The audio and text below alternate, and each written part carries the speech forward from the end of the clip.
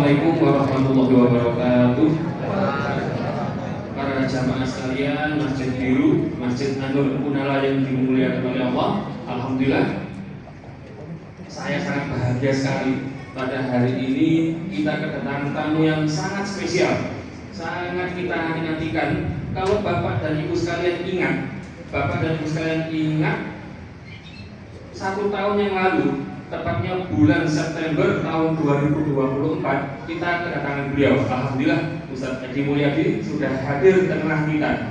Dan September tahun 2024, ketika beliau pertama kali mengisi kajian Ahad pagi di masjid kita tercinta ini, dan itu adalah menjadi tonggak awal kita mengadakan kajian Safarin Dakwah 3 Anur. Dan alhamdulillah sudah berlangsung sampai terakhir bulan Januari kemarin, Ustaz Edi, yang pembicaranya juga dari Jakarta, Ustaz Iwan Setiawan. Mungkin jangan kenal sama beliau, sekjen dari Forum Animatea. Dan alhamdulillah sudah konsisten, bahkan sampai bulan April besok kita sudah ada Ustaz yang akan mengisi. Bahwasanya besok bulan Februari, ini sedikit pemberitahuan bagi jamaah sekalian, bulan Februari yang mengisi adalah Ustadz kita yang sudah kita nantikan dari Yogyakarta, Ustadz Dr. Syakir Jamaluddin. Dan alhamdulillah sekarang Ustadz Edi berada di tengah kita untuk bernostalgia, untuk berbagi ilmu, berbagi pengalaman dan berbagi pengetahuan bagaimana kondisi Islam di Nusantara yang kita cintai ini. Baiklah Ustadz Edi, nanti mungkin ketika sholat Isya, ketika pas waktunya sholat Isya, kita mungkin rehat untuk adzan, kemudian kita lanjutkan sampai pukul 7:30, baru kita akhiri dengan sholat Isya berjamaah. Baiklah Ustaz Edi, kami persilakan untuk di tempat memberikan kita pengetahuan.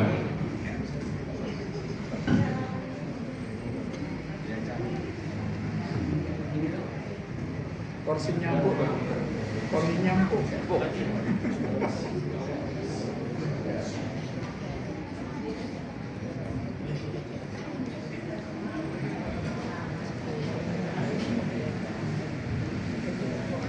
Bismillahirrahmanirrahim. Assalamualaikum warahmatullahi wabarakatuh. Alhamdulillah walladzi arsala rasulahu bil huda wa dinil haqq liyudhhirahu 'ala dini kullihi walau karihal musyrikun. Asyhadu an la ilaha illallah wahdahu la syarika lah wa asyhadu anna Muhammadan abduhu wa rasuluh la nabiyya ba'du. Allahumma shalli ala Muhammad wa ala alihi wa sahbihi wasallam.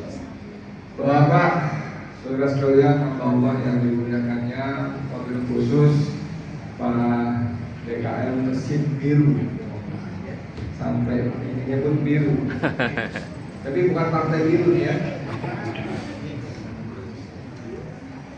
Ibu-ibu yang juga dimuliakan Allah Taala, yang bersyukur kita panjatkan kehadirat Allah Taala. Allah satu-satunya Tuhan yang tidak ada Tuhan selain Dia. Yang kita sudah bersumpah, ketika berjanji bahwa kita tidak akan menjadikan apapun dan siapapun sebagai Tuhan selain Allah Taala. Apapun dan siapapun ini berarti bisa juga gosip 100M. Bisa juga kan? Siapa nggak dengar 100M? Ada yang pernah lihat duit 100 miliar? Kan? Masa? Ada yang pernah punya uang 10 miliar? Masa? Yang benar cuma 10M, ya ampun. Kecil, gaya kecil. Ya, kita sudah persembahkan hidup kita di apa? Sudah berjanji ada dalam bagian iftitah kita kan. Ada yang masih ingat, tapi di sini pakai iftitahnya bukan itu ya. Allah baik-baik di sini iftitahnya ya. Banyak kan ya? Ya benar. Tapi ada yang ini juga. Inna sholati wa nusuki wa mahyaya wa mamati lillahi rabbil alamin. Salam dan salam semoga kita limpah. Kita doakan semoga Allah dilimpahkan dengan Nabi Muhammad sallallahu alaihi wasallam serta keluarga, sahabat dan pengikutnya yang setia hingga akhir zaman kelak. Amin ya rabbal alamin. Bapak Ibu yang saya hormati, suatu ketika Rasulullah bermajlis ya, tiba-tiba Rasulullah terdiam sejenak. Suasana agak menjadi tegang ketika Rasulullah diam. Ada beberapa menit. Lalu Rasulullah berkata bahwa nanti kelak ada di antara kalian ini adalah sahabat yang bermajlis dengan Rasulullah siang itu. Nanti ada di antara kalian yang di neraka, yang di neraka gigi gerahapnya lebih besar daripada gunung Uhud.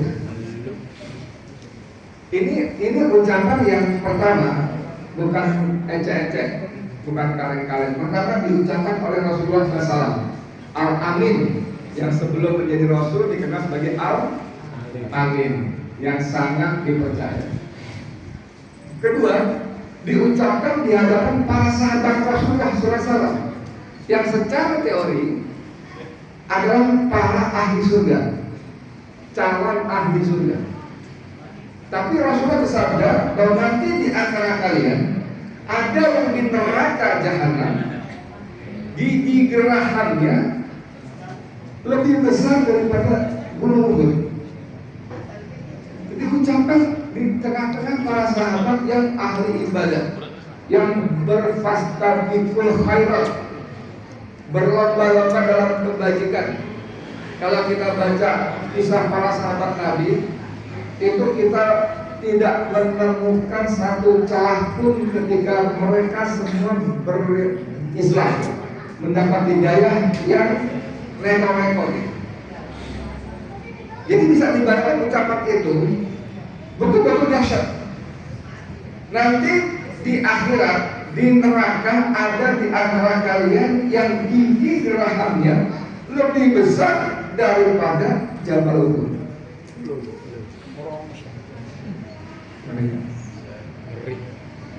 Mereka menjadi saling cemas. Siapa nih ya? Siapa ya? Nauzubillah dari astagfirullahaladzim. Siapa ya? Jangan-jangan gue ini, jangan-jangan gue ini. Enggak ada mikir lu ya, enggak. Kemarin, jangan-jangan saya. Oh pasti lu, enggak ada begitu kayak kita. Pasti lu deh, enggak. Jangan-jangan saya. Waktu berlalu Rasulullah wafat. Naiklah Abu Bakar As-Siddiq sebagai khalifah. Kemudian kita sejarah membaca bahwa di masa Khalifah Abu Bakar As-Siddiq ada seorang yang mengaku menjadi nabi, Musailamah Al-Kadzab bin Mulyono. Belum ya? Ya, Al-Kadzab simpan dusta, tukang tipu. Teman-teman dan Badan Eksekutif Mahasiswa 2 tahun lalu menunjukkan judul The King of Lip Service Raja Tidur. Oke. Dan Musailamah Al-Kadzab ini memproklamirkan sebagai nabi. Lalu Abu Bakar, seorang sahabat agung yang dikenal lemah lembut, kalau pemimpin sholat sering nangis, akhlaknya begitu mulia, dengan sangat mengejutkan mengeluarkan perintah untuk menyerbu Musailamah Al-Kadzab. Kalau yang kasih perintah Umar itu kotor, maklum, tapi Abu Bakar asli. Tapi kalau perintah khalifah ya semua taat. Menjelang pasukan diberangkatkan, ada sahabat Rasulullah yang bernama Arizal Al-Urwah. Nah, Arizal Al-Urwah ini adalah satu dari para sahabat yang bermajlis ketika Rasulullah dulu bersabda, nanti di antara kalian ada di akhirat di neraka yang gigi gerahannya lebih besar dari Jabal Uhud. Informasi tambahan, semua sahabat yang ada di majlis Rasulullah itu sudah meninggal. Ada yang wafat karena sakit, ada yang gugur jihad fisabilillah dan lain-lain. Semuanya sudah meninggal, tinggal 2 manusia masih hidup. Satu Arizal Al-Urwah, satu lagi Abu Hurairah, yang kemudian kita kenal sebagai pewaris periwayat Nabi. Kita kenal para sahabat ini agung luar biasa. Termasuk Arijal Al-Qudwah. Dia adalah veteran perang Badar. Bayangkan Pak, veteran perang Badar. Bahkan Arijal Al-Qudwah ini da'inya Rasulullah, ulamanya Rasulullah yang sering oleh Rasulullah dikirim ke kampung-kampung untuk memberikan pelajaran agama. Dasarnya bukan kaleng-kaleng nih. Hafalan Qurannya bagus, sering dikirim Rasulullah menjadi dai di kampung-kampung, di kabilah-kabilah. Nah, ketika peristiwa Musalamah Al-Kadzab itu muncul, sahabat yang bermajlis bersama Rasulullah semuanya sudah meninggal kecuali dua orang, Abu Hurairah dan Arijal Al-Qudwah. Nah, Arijal Al-Qudwah itu punya kemampuan debat, punya kemampuan bicara yang bagus, ahli negosiasi. Dia datang menghadap Khalifah Abu Bakar dan memberikan saran, wahai Khalifah, bagaimana kalau Anda kirim saya dulu ke Musailamah Al-Kadzab, biar saya nasihati dia supaya dia kembali meneguhkan Islam. Jangan buru-buru kirim pasukan. Kata Abu Bakar, masuk akal juga. Ya udah, silakan. Masuk akal kan? Dari Rasulullah, diplomat, ahli negosiasi, pahlawan perang Badar, kurang apa itu?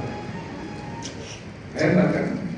Nah, berangkat sampai di tempat Musalamah Al-Kadzab, Arijal Al-Qudwah terkejut, ternyata Musalamah punya pasukan yang sangat besar, punya istana yang sangat bagus, punya duit yang sangat berlimpah, lebih dari 100 miliar. Tapi karena dia punya misi, maka mendatangilah Musailamah. Mereka berdiskusi dan dinasihati oleh Arijal Al-Qudwah. Saudara, hasilnya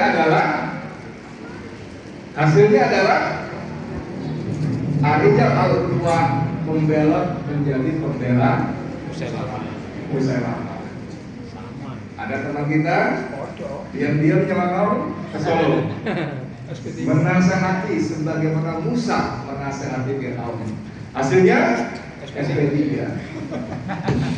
Bercanda dasar itu jangan dimasukin hati ibu Pak, di luar pembahasan. Nah, tapi begitu jagonya Musalamah Al-Kadzab, begitu Arijal Al-Qudwah bergabung, maka dijadikan sebagai bahan promosi. Mereka bikin status di WA, ya kan?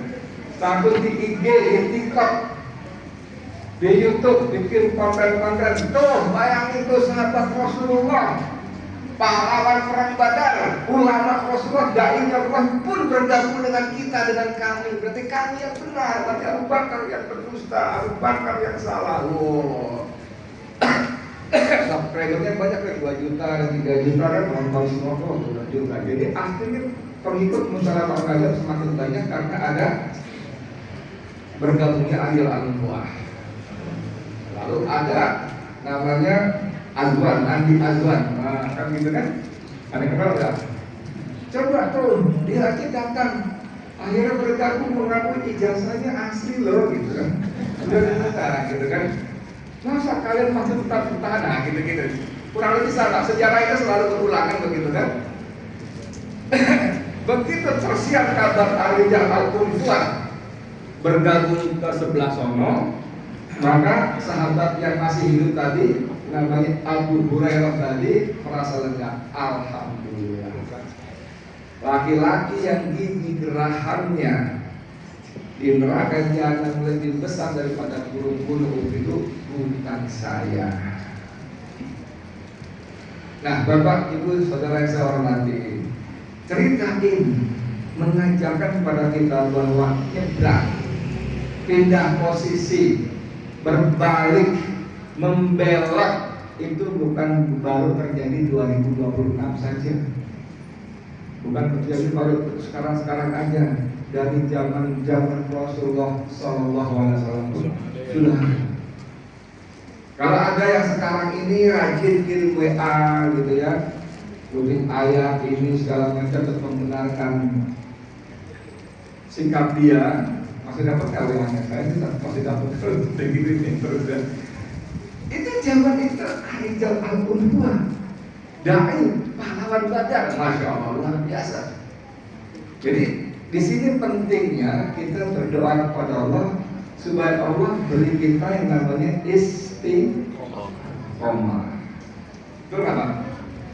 Atau ada yang tahu istiqomah? Apa istiqomah? Halo? Istiqomah apa? Konsisten. Apa lagi? Istiqomah itu singkatan ikatan suami takut istri kalau di rumah.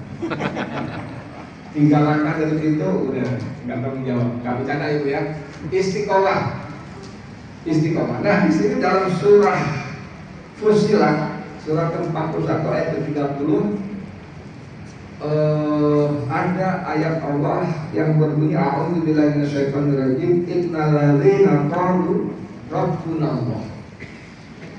Sesungguhnya orang-orang yang mengatakan Rabb kami Allah, Tuhan kami Allah, pemelihara kami Allah, Tumastaqamu, kemudian mereka istiqomah dengan ucapannya itu, tatanazzalu alaihimul malaikah, maka Allah turunkan kepada mereka para malaikat. Apa yang dilakukan oleh mereka tadi kepada orang yang istiqomah tadi? Alla takhafu wa la tahzanu. Mereka membisikkan ke pikirannya, ke hatinya, ke dadanya, alla takhafu, kamu jangan takut. Wa la tahzanu, kamu jangan khawatir, jangan bersedih. Dan ditambah wa'asyiru bil jannati lati kuntum tu'adun, dan sampaikan kabar gembira tentang surga yang telah disediakan buat kamu. Jadi istiqomah itu mendapat hadiah, didahului dengan syahadah istiqomah jannah. Syahadah memproklamasikan innalladzina qalu, sesungguhnya orang-orang yang mengatakan, memproklamasikan Rabbunallah, Tuhan kami Allah. Syahadah diproklamasikan, bukan diam-diam. Diproklamasikan tidak hanya dengan mulut, tapi juga dengan perbuatan, bahwa begitu dia menjadikan Allah sebagai Tuhannya, maka tidak ada Tuhan lain selain Allah buat dia. Dibuktikan, itu proklamasi. Kemudian istiqomah, syahadah istiqomah, tidak lumer. Nah, lumer ini penting Bapak Saudara sekalian hormati. Karena begitu orang menyatakan Rabb kami Allah, maka bermacam gangguan, godaan itu akan datang. Dari mulai kemiskinannya, ini kita udah tunduk patuh sholat pada Allah, tahajud, apalagi itu duha tiap pagi. Kenapa masih miskin juga? Kenapa dagangan masih serut juga? Sementara si pulang itu coba tuh kerjanya mabuk, kerjaannya begini, tapi bisnisnya lancar, ya kan? Ini kan godaan juga, godaan kesusahan. Ditampilkan orang-orang yang justru seperti yang ingkar, yang jelas-jelas menentang Allah, hidupnya bagus-bagus aja, tiap malam pesta, dugem, ngabisin 3 juta, 5 juta sekali datang ke tempat-tempat begitu kan, begitu kan? Ada tetangga bawa proposal dari Mesir, imbang 10.000, tapi tiap malam dia bisa keluar 3 juta, 5 juta untuk bermaksiat. Nah ini bagian apakah kita tergoda apa enggak? Soal istiqomah ini memang menarik Bapak, menarik betul. Soal gangguan itu bukan cuma yang keras-keras, yang bahaya-bahaya. Diawasi, diintili apa ya? Diikuti. Diintili ya. Saya waktu jumpa di dalam kapal tadi, potong, selesai sholat dan sebagainya, terus ngobrol sama pengurus bentar di depan mimbar begini. Tiba-tiba pengurus karena saya pesan yang 2 orang itu intel. Oh gitu. Saya panggil, kita foto-foto kan? Apa di sini? Kamu foto nggak? Foto.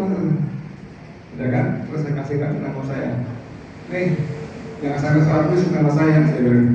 Dia berasa kan? Bisa tahu dia, ya tahu lah kalau kecil lo kerja ya. Jadi itu bagian dari istiqomah. Diintili, diinteli, dipanggil polisi, ya kan ya? Waktu saya tanggal 7 Desember 2021 ya, ada 6 anak muda dibantai di rest area kilometer 50 jam 12:30 dini hari Rabu pagi. Saya datang ke lokasi dan bilang orang, video segala macam, wawancara sana sini, dan narasi yang saya sampaikan tidak ada tembak menembak seperti yang disampaikan oleh polisi dan dikutip oleh semua media cetak, elektronik maupun televisi. Tidak tembak menembak, tidak ada anggota FPI yang memiliki senjata api. Saya bantah semua tuh. Jadi saya bilang apa yang disampaikan oleh Pak Imran, Kapolda Metro Jaya, dan Dudung Abdurrahman Pangdam Jaya tidak benar, saya bilang gitu. Hasilnya malah saya dipanggil polisi, diperiksa. Alhamdulillah nggak sampai nginep di sana, walaupun 2 hari ya periksa. Ini bagian dari bentuk-bentuk bukti bahwa Rob kita Allah. Kemudian ketika tukang kayu Al-Ghazab memindahkan ibu kota, berupaya memindahkan ibu kota ke Kalimantan, saya diundang teman saya Ahmad Rosinuddin untuk bicara. Saya bicara panggung, ini ada tempat sendiri, mewah, bergengsi, mahal, dijual, berpindah ke tempat buang anak. Dipanggil polisi, ditangkap, dimasukin penjara. Sidang 28 kali, ada rokikum segala macam jadi saksi ahli saya, divonis. Nah, ini bagian. Tapi Bapak Ibu saudara nanti yang ingin saya katakan bahwa ujian itu tidak cuma hal-hal yang berat, yang menegakkan, walaupun enggak semua juga tahan dengan ujian seperti itu, kan gitu kan? Tapi ada ujian-ujian yang justru sering membuat kita lumer ketimbang ujian-ujian tadi, tekanan, intimidasi, panggilan polisi sampai penjara dan sebagainya. Banyak orang setelah penjara keluar nggak berubah, makin kenceng ya. Ada teman kita dari Lampung, namanya Bunda Mary kan, koplas terus kan bukan, saya bilang luar biasa perempuan satu ini. Ya, banyak misalnya Gus Nur keluar ngegas lagi. Bapak Menteri dengan segala macam kelemahannya ngegas terus. Tapi ada juga memang simpulan yang keluar terus berubah dan sebagainya. Banyak juga. Nah, ujian itu ada dua macam. Ujian yang berat-berat tadi, sama ujian yang enak-enak. Nah, ya. Siapa yang mau ujian enak-enak? Didatangin, udah mau ngapain sih? Perlu berapa sih? Buat apa sih? Nih, gitu loh. Nah, ini justru sering yang membuat kita ini mudah-mudahan Bapak lupakan ya. Kalau saya masuk juga loh, kita jadi lumer gitu loh. Saya ada teman hajatan mantu di Sarila. Kalau saya sebut namanya pasti kenal, orang itu sangat top, gitu segala macam. Terus duduk sebelah, mana kabar? Terus saya sebut nama. Bisnis ikan itu gimana? Setelah lu nggak bisa lagi, lengser kan? Setelah bersama-sama ini karena kekuasaan, dia bilang masih jalan. Oh bukan masih jalan, makin hebat gitu kan? Dia kasih nama-nama, profesor mereka dipanggil ngajar di Rusia dan sebagainya. Nah, yang begini-begini ini kan kadang-kadang kita mikir, gila ya jadi bisa nempel, dapat macam-macam fasilitas, duit dan sebagainya. Ini yang membuat kadang-kadang kita berat. Ini yang dialami oleh Khadijah Al-Qudwah ketika dia mendatangi siapa namanya Musalamah Al-Kadzab. Dia menasehati, lalu dia berbalik menjadi pendukung Musalamah dengan imbalan-imbalan. Ada teman kita 2 orang datang melawan, lalu di media segala macam tidak ada pelukan, tidak ada minta maaf. Ternyata sama pengacaranya di sebuah podcast dibantah, mereka ternyata berpelukan. Lalu dia keluar tidak minta maaf. Apa iya? Ketika sang pengacara mengatakan, oh itu Pak tukang kayu bilang, udah gak apa-apa, lupakan, sudah lewat. Pak, coba ya, sekarang kalau kita ketemu nih, saya dengan Bapak nih ketemu, Bapak ke rumah saya, tiba-tiba saya bilang, udah lupakan, yang sudah lewat. Kira-kira sebelumnya Bapak ini ngomong apa ke saya? Terima. Maksud saya begitu, ya enggak? Saya tiba-tiba udah lupakan yang sudah lewat. Kira-kira Bapak ngomong apa sebelumnya? Aduh Pak, maaf ya Pak, kemarin saya caci maki Bapak, jadi Bapak, saya bilang Bapak istrinya 4 gitu misalnya. Saya bilang amin gitu loh. Kan begini saja ya. Jadi kan ada dialog yang nggak dimunculkan seluruhnya, yang dibantah mati-matian gitu loh. Nah ini yang begini-begini jadi pelajaran buat kita. Karena yang namanya cobaan, ya saya sih berharap kita berdoa pada Allah, kalaupun Allah beri ujiannya kita mampu menampung. La yukallifullahu nafsan illa wus'aha. Allah tidak memberikan beban kecuali sesuai dengan kemampuan. Beban itu bukan cuma beban berat, tapi beban enak. Beban enak. Saya udah agak lama, mungkin tapi sebelum masuk penjara 2001 apa ya, masih aktif tuh aksi-aksi macam-macam di GPF dan lain-lainnya. Lalu ada orang yang secara jujur mengatakan dia mantan kolonel dari kesatuan ini, masih aktif di sini. Istri saya kan di rumah jual herbal segala macam gitu. Lalu dia belanja, kan ini berapa? Ini madu berapa? Gitu kan, gitu kan ya. Terus dia minta nomor rekening, saya bilang enggak, cash aja. Terus saya mau kasih, cash aja. Misalnya itu belanja 1 juta misalnya ya, di madu segala macam, dia bayar bisa 3 juta, 5 juta loh. Hebat nggak? Terus nanti ketika kan saya udah pakai ini nih, akan suka apa? Ini ya, ikan Sunda, iya. Tadi saya kirim deh. Terus kan saya punya usaha sayuran, kan saya kirim deh. Sampai kan udah daripada begitu itu akan buka kios lagi, dagang sembako kita isi sembakonya. Saya bilang di sini mahal kios, kan saya tinggal ke pasar mahal, ada pakai 50 juta. Udah kita ambil 2 tahun, isinya kita isi. Nanti bayar pada udah gampang. Saya seperti itulah. Yang kalau kita ikut kan nggak banyak juga sih, paling 100 juta gitu kan waktu itu kan. Terus sampai saya bilang, ntar kalau gua dagang, gua nggak kemana-mana dong, nggak bisa aksi-aksi dong. Ya nggak usah, aku kasih aksi gitu kan. Akhirnya ketawa dulu jual kan. Saya pikir kalau saya dagang, saya pakai singlet, gitu kan. Gitu pakai singlet, jaga warung gitu kan. Allah, sembako, minyak, macam kan di pasar gitu. Aksi yuk, warung pun ada nungguin kan gitu. Terlambat ya persiapan aksi gini-gini. Gitu kan saya begini terus ya. Nggak ada saya gitu.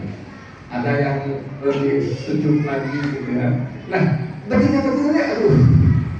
Nah, ini masalahnya. Kita makanya Rasulullah mengajarkan salah satu doa yang bagus, ya muqallib al-qulub tapi qali al-qil mata. Ya Allah ya Rabb yang menguasai, membolak-balikkan hati, tolong teguhkan hati kami dalam agama dan ketaatan kepada kami dalam beribadah. Karena memang godaan tak berhenti. Kalau Bapak bukan siapa-siapa, nggak digoda macam-macam. Saya pernah sekjen DPR, sekretaris jenderal Gerakan Nasional Pengawal Fatwa Ulama, yang bersama-sama FPI bikin aksi reuni 212 setiap tahun, ya kan? Lalu saya tinggal di Cengkareng, Jakarta Barat, saya bikin GMPM Jakarta Barat. Jakarta Barat loh. Nah, teman-teman tuh cerita si ketua GMPM Jakarta Barat udah dikatain polisi, kalau lebaran haji dikirim sapi, ya kan ya? Dari Polres. Saya pikir GMS Jakarta Barat loh, kok presiden nggak dikasih apa-apa ya? Sampai saya bilang sama teman-teman gini, kalau coba deh sebelum kalian bikin GMPM, ada nggak yang begini? Polisi apa datang nawarin gitu itu segala macam, ada nggak? Jadi mereka juga berhitung, ini orang siapa, berapa harganya, dihitung sesuai kadar yang dia perkirakan. Kalau kita nggak hati-hati, kita gampang tunggal. Waduh, kita selama ini tidak punya pekerjaan atau gaji kita pas-pasan, tiba-tiba kalau bapak anak berapa yang masih kuliah, 2 orang kuliah di mana, berapa 100 meternya, udah kita beresin semua. Emang gratis? Saya bilang emang gratis. Ketika kita bukan siapa-siapa, ada nggak orang nggak ada. Tapi karena kita dianggap sesuatu dan sesuatu itu dianggap mengganggu, maka jurus rangkul dan dipukul dipakai. Dirangkul, ayo sama-sama kita, nanti kita kasih gini-gini. Kalau nggak mau juga ya kita pukul atau boleh buat seperti yang terjadi Pak Danoy, Iva, Risma dan kawan-kawan. Dipukul mereka tuh dahsyat. Dari sisi stamina luar biasa, godaannya luar biasa.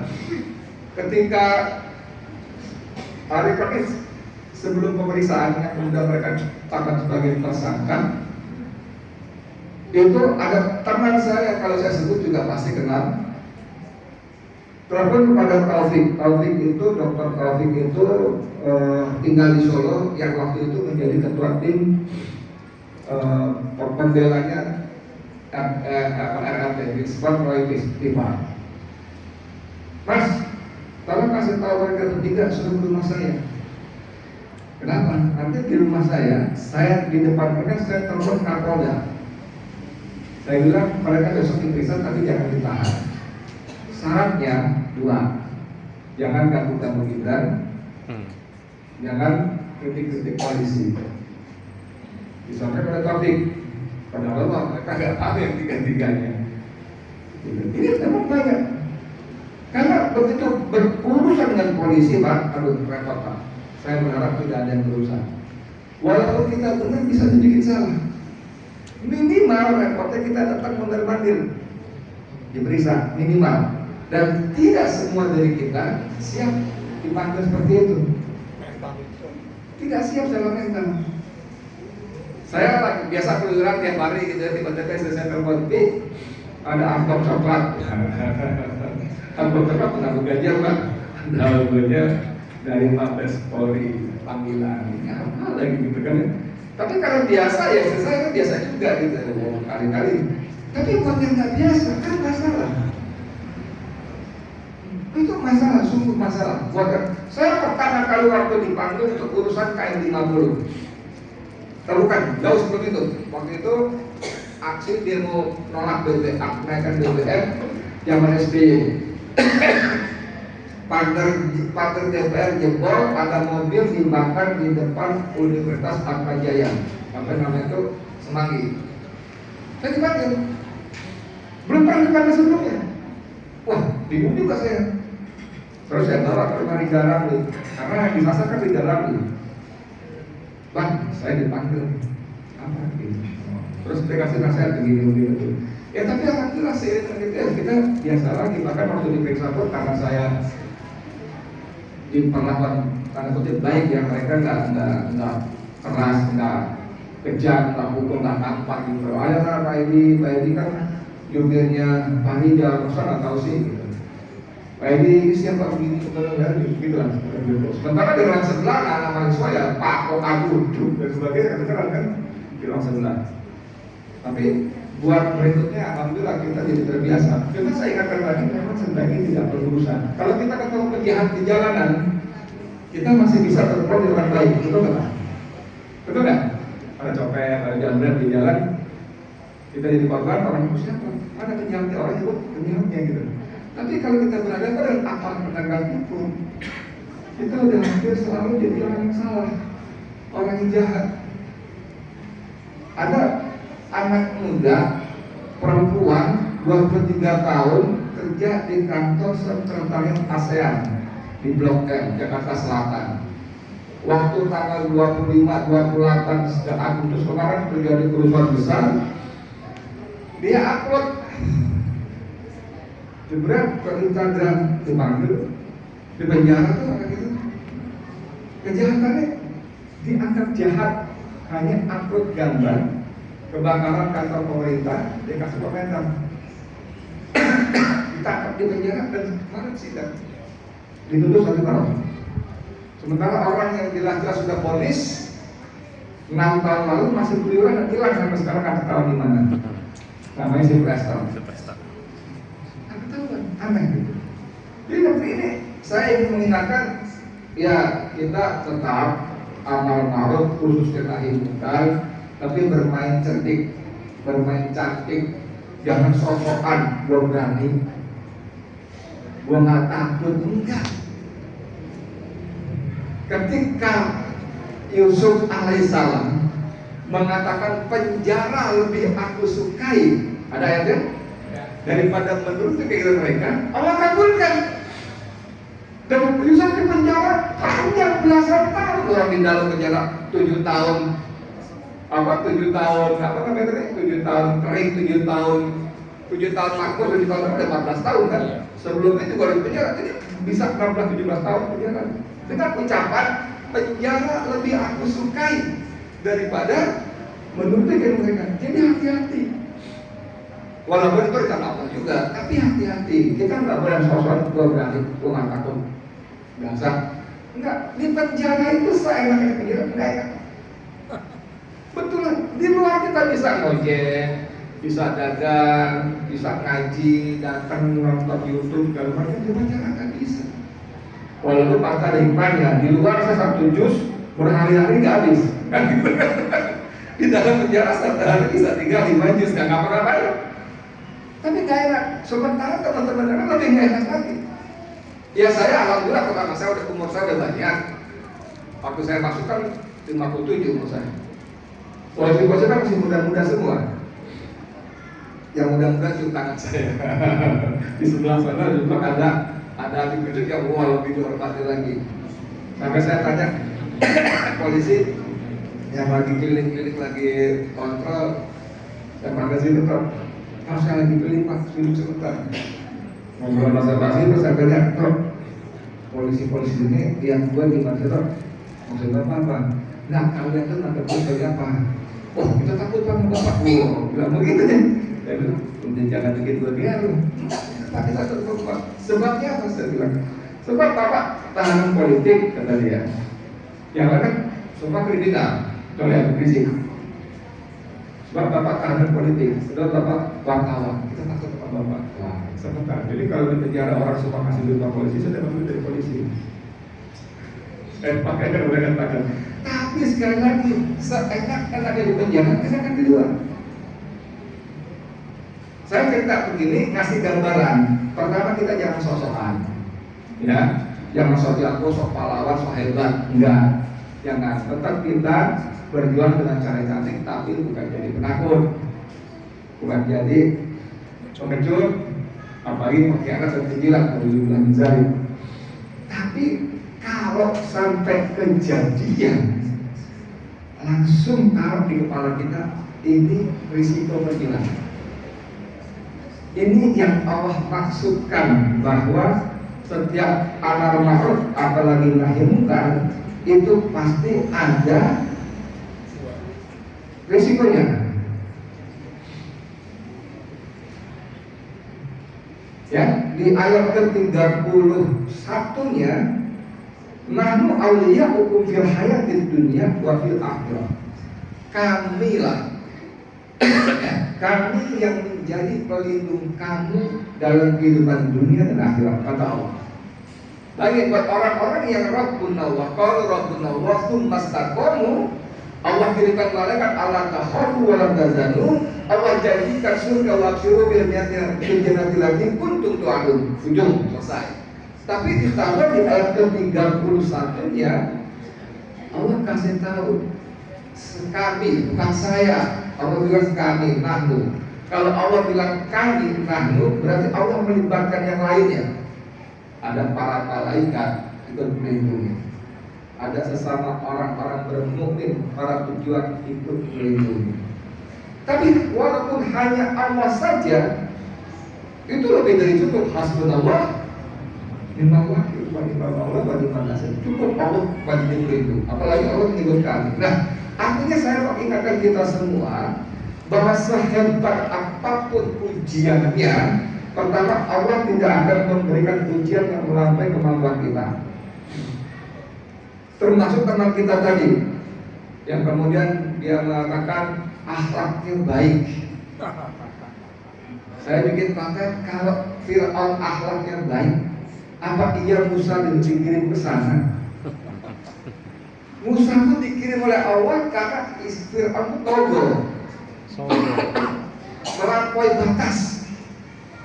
Bahkan ketika Fir'aun puncak kezalimannya, Musa berdoa, ya Allah, Engkau telah memberikan harta dan kekuasaan kepada Fir'aun dan para pembesarnya, harta kekuasaan, tapi mereka gunakan itu untuk menyesatkan manusia. Ya Allah, hancurkanlah Musa, hancurkanlah harta dan kekuasaan mereka, bahkan wahjud, kuncilah hati mereka sehingga tidak beriman, hatta yarawul azab, sampai mereka melihat azab Allah yang sangat nyata. Musa doanya nggak tanggung-tanggung, hancurkan Fir'aun dan kunci hatinya supaya tidak beriman. Ngeri kali kan? Kita ini kalau berdoa, ya Allah beri kita hidayah. Oh, ya kan? Ya Allah berikan hidayah dan sebagainya. Ini Musa kunci hatinya sehingga mereka tidak beriman sampai melihat azab yang sangat pedih. Ayat 81-nya, sungguh kau uji badan rumah. Azannya masuk dulu 19.14. Belum masuk. Belum 1 menit. 1 menit. Masuk dulu. Di luar terlalu cepat. Di luar udah bunyi. Di luar bunyi setelah. Apa-apa nih. Minum dulu. Belum ngopi dulu. Nanti ngopi ini. Gak usah.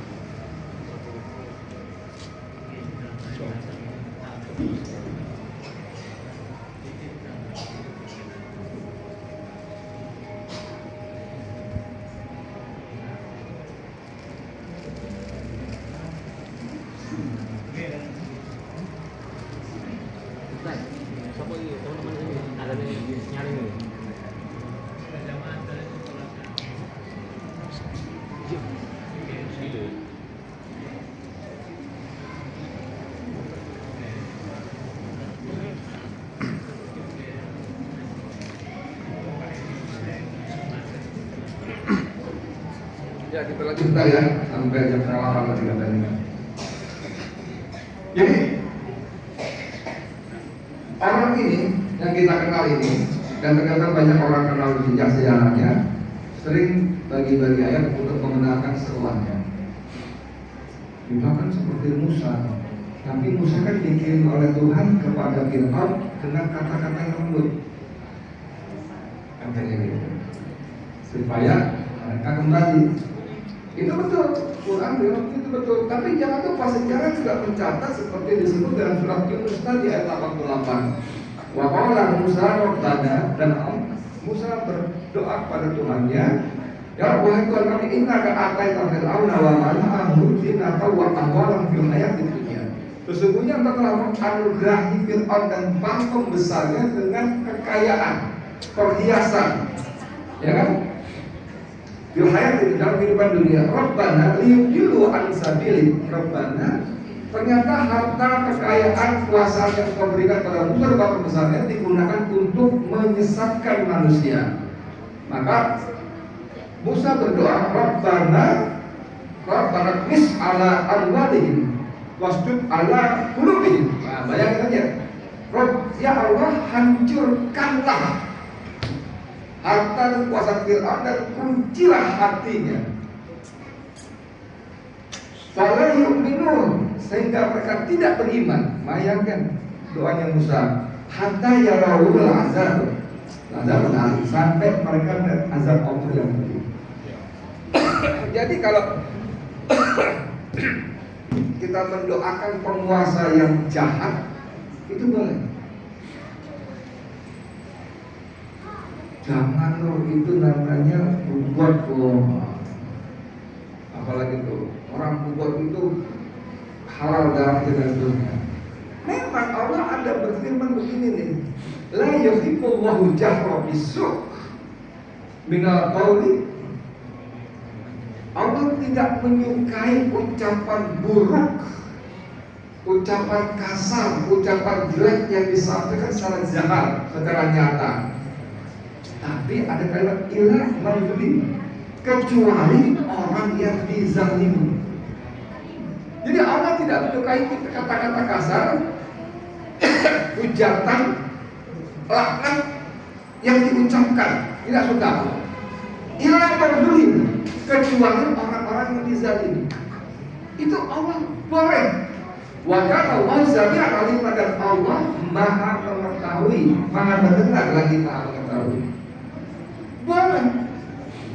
Dan itu ditunjukkan oleh para sahabat. Imam-imam besar empat mazhab itu berurusan dengan puasa. Nah, kita balik lagi ke surat Yunus. Surat Yunus ayat 89 coba. Tadi 88 Musa berdoa begitu. 89 Allah menjawab Allah, dan Allah berfirman, qad ujibat da'watukuma. Ujibat da'watukuma. Allah berfirman, sungguh, pakai qad, sungguh telah kami kabulkan doa kalian berdua. Fastaqima wa la tattabi'ani sabilal ladzina la ya'lamun. Tapi Allah berkata fastaqima, beristiqomalah kamu dalam kebenaran dan jangan kamu ikuti orang-orang yang tidak mengetahui. Jadi Allah mengabulkan. Musa berdoa sangat keras, ya Allah hancurkanlah Fir'aun, bala tentaranya, pembesar-pembesarnya, hancurkanlah hartanya, kekuasaannya. Bahkan wasjud ala qulubihim, dan kuncilah hati mereka. Hatta yarawul azab, sampai mereka berazab yang sangat pedih. Dan Allah mengatakan sungguh telah kami kabulkan. Ini bukan cuma boleh, Allah kabulkan. Jadi ketika kita sampai pada puncak kekuasaan begitu zalim, tidak bisa dinasehati, orang-orang yang menasehati ditangkap, dipenjara, dikriminalisasi segala macam, sampaikan. Kita sudah lakukan itu tahapan-tahapan, sampaikan. Ya Allah, Engkau Maha mengetahui. Kekuasaan ini begitu zalim, begitu berdoa sama Allah. Persoalan Allah mau kabulkan kapan, bagaimana caranya, seperti apa tahapannya, itu rahasia dan hak Allah. Orang suka mengatakan, itu coba para ulama bikin istighosah, bikin tabligh akbar, bikin reuni jutaan manusia berdoa hancurkan penguasa dari tempat, sekarang tidak dikabulkan, berarti ulama-ulama kalian sesat, ulama-ulama kalian tidak benar, dan buktinya Tuhan tidak melakukan kabul.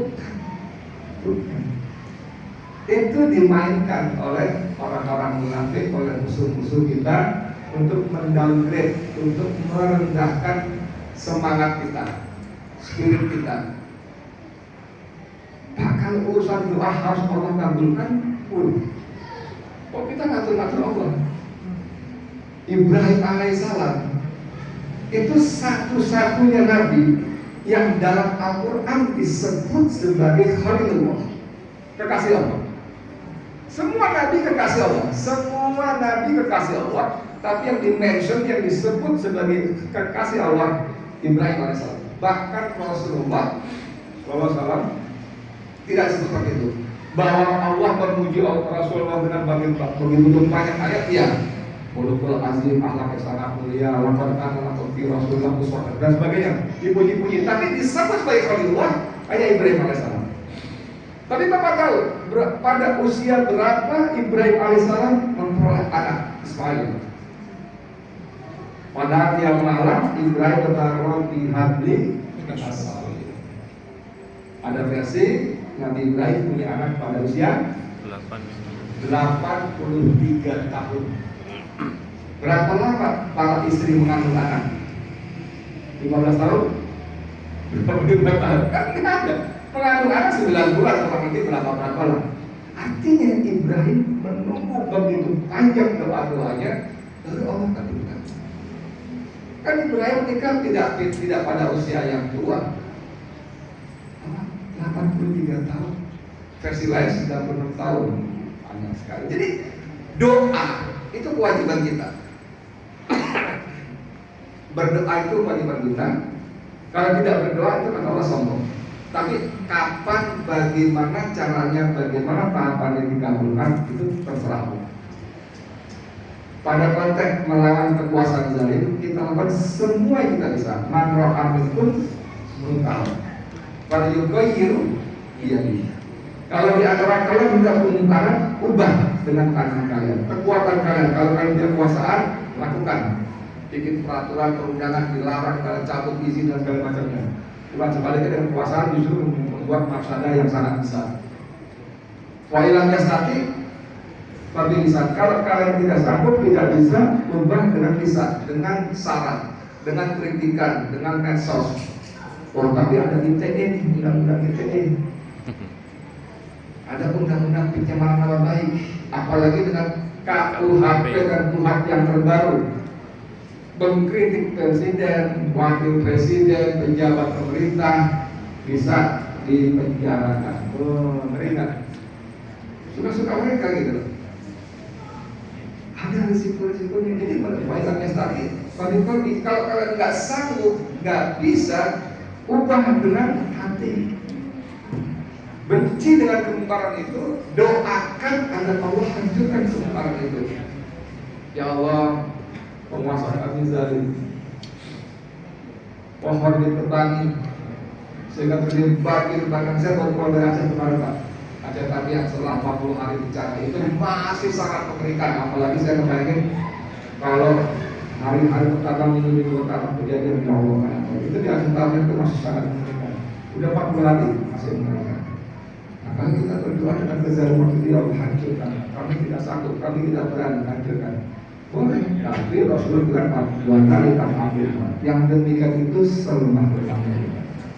Jadi balikan pokok awal tadi, Bapak, Ibu, Saudara yang saya hormati, teruslah berdoa. Terus teguhkan akidah kita, tauhid kita hanya kepada Allah, kita berhamba, bertuhan, berserah diri. Dan kita minta Allah agar kita tetap istiqomah. Karena urusan istiqomah ini sangat berat. Kalau kita hanya mengandalkan diri sendiri, gue pasti bisa. Alhamdulillah kita jangan. Bahkan seorang Rasul seperti Nabi Muhammad SAW pun berdoa kepada Allah. Allahumma a'inni ala zikrika. Jadi minta tolong kepada Allah agar Allah jaga kita, sehingga kita tidak menjadi arijalah al-ufwah yang berikutnya, tidak menjadi seperti sahabat-sahabat kita yang kedua itu dan selesai sebagainya.